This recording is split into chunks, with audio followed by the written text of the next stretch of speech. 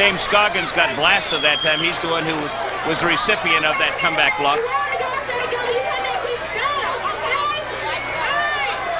Downfield blocking is such an overlooked part, an important part of a good running attack. Yeah. And they certainly had at that time. We've seen in the college level, Nebraska, one of the unsung stories, to mix metaphors a bit, but of Nebraska is their downfield blocking. It is something to watch when those wide receivers stalk the defensive backs. 1st and 10, MUIR.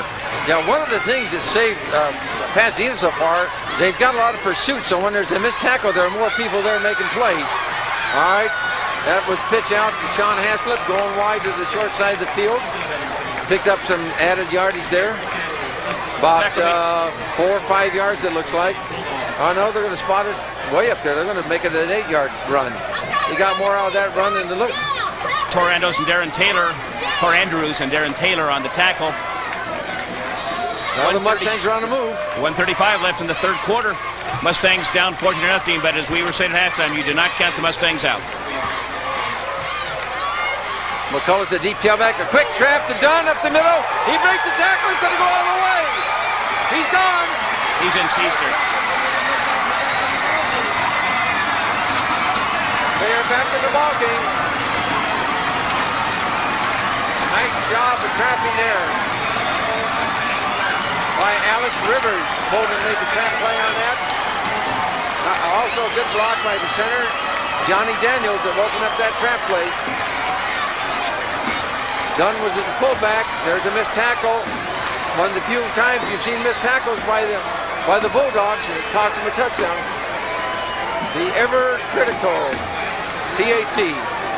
White is back to do the kicking. Ball set down, and it is good.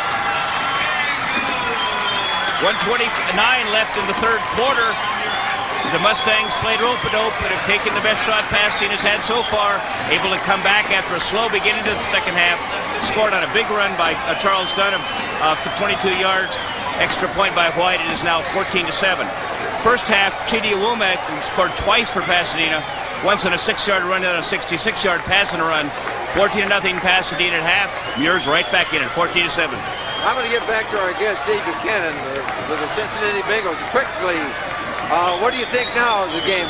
Momentum. Well, you know, this reminds me of the heavyweight championship fight, and you have a challenger that comes in where the heavyweights kind of take it for granted, and all of a sudden the challenger plays well beyond themselves. And I tell you what, I think this is typical of what happens in this type of a game.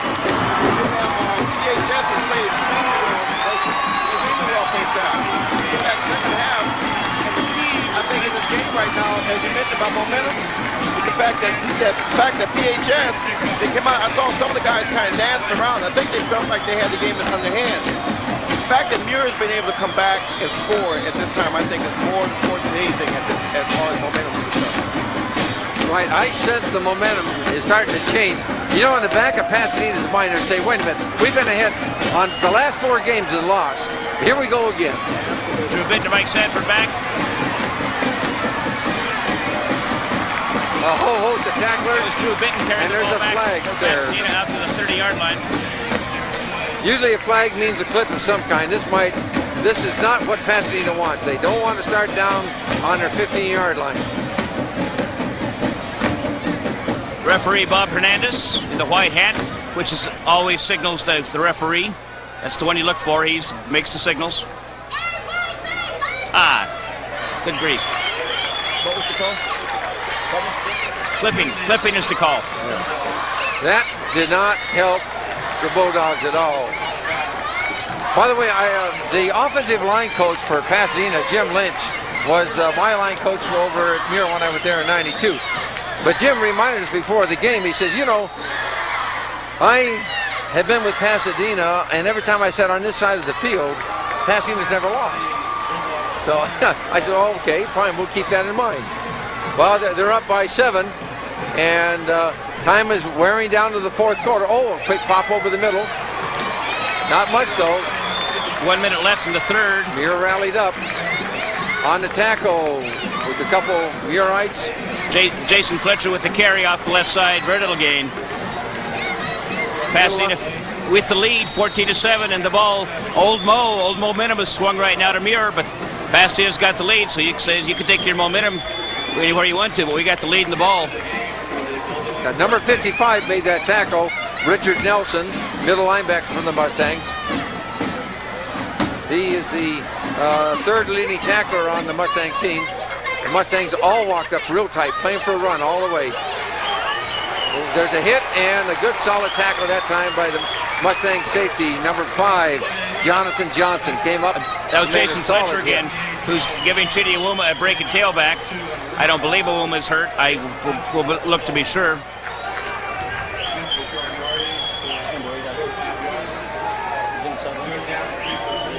Big third down for the Bulldogs. They don't want to give the ball back to the Mustangs right now. The Mustangs are hot. Now, fourth quarter, Mustangs are raising their hands out. Let's see if the Pasadena team raise their hands for the fourth quarter. Yes, they're responding too. Both teams have their hands in the air. Fourth quarter, we know what it is. We know what it is. Fourth quarter of the 42nd annual Turkey Tussle from the Rose Bowl in Pasadena. The Mustangs and the Bulldogs going at it. This game is right now completely up for grabs. Pasadena with the 2 first-half touchdowns. MUIR took a couple of shots in the third quarter. Nothing serious happened. Was able then to capitalize on a long run and scored. And they trail now only 14-7.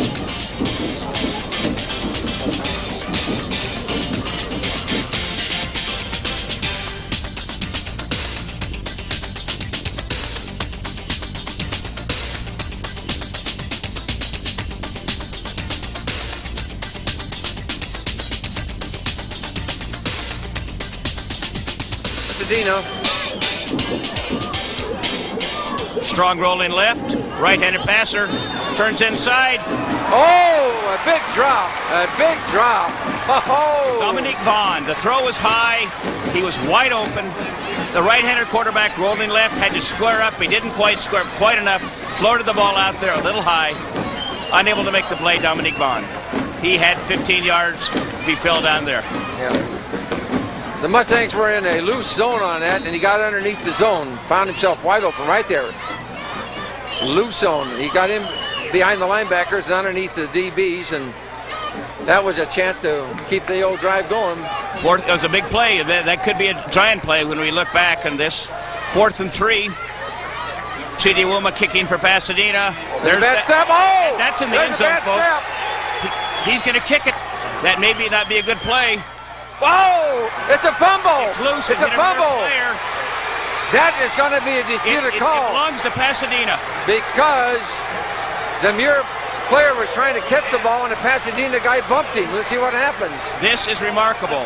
The snap, the third snap over the head of the quarterback.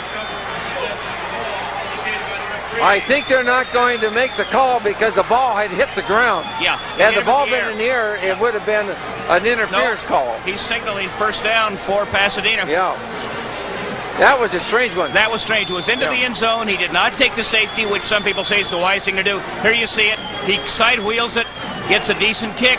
It hits the MUIR man in the back, and the Pasadena man made a tremendous recovery. Yeah. So that... we think it was Jason Deb. We're not quite sure on that.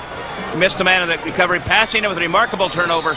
And immediately does the left tackle, stands up and sits down. Should be a legal procedure, 5-yard penalty. Remarkable play for Pasadena. That could have turned the entire game around as if it hadn't been turned around enough. Pasadena has bailed out of 2 disasters with the snap from the center. That center is putting it up on the ceiling for sure. That's twice they've bailed themselves out of a disastrous situation. This thing's had more turns than the head of the young lady in The Exorcist. He can just spin it around here. 1st and 15. Strong drop back. Look out behind you. He gets away. That athletic ability and quickness gets out. He makes positive yardage out of a sure sack from the backside. Gain of about 6 yards. Yeah, Mustangs are after him on that one. First of the pile was middle linebacker Richard Nelson. We'll see this. He is able to get outside on a scramble, outside the defensive ends. He almost got run down by number 10, Jermaine Dixon. It was interesting that anything happened in pro ball 4, 5, 6 years ago when they were able to designate a franchise player. The remarkable thing was how many left tackles were protected by their teams, because that's the back